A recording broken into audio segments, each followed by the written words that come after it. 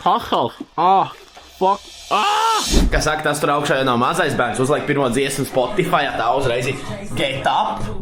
Jā, jāiet dot virsu. Jāuzēd standart brokast, banāniši, biespieniši, kvarkiši parastais, tie iemetīši to beztaucnieku klāt, riekstiši, ābolīts un ies to hoķi uzgrabināt.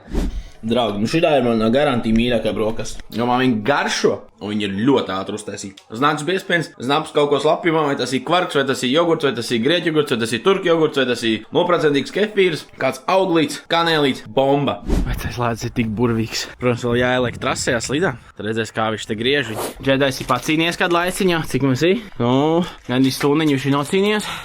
Šitam batoniem es ilgi gaidīju garšu testu. Tas ir tas Pauls Freimans, tas blueberry.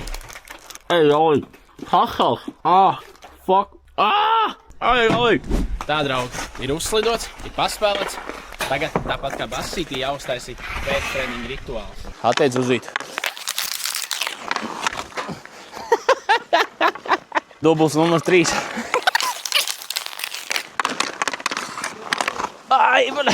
Skaitam.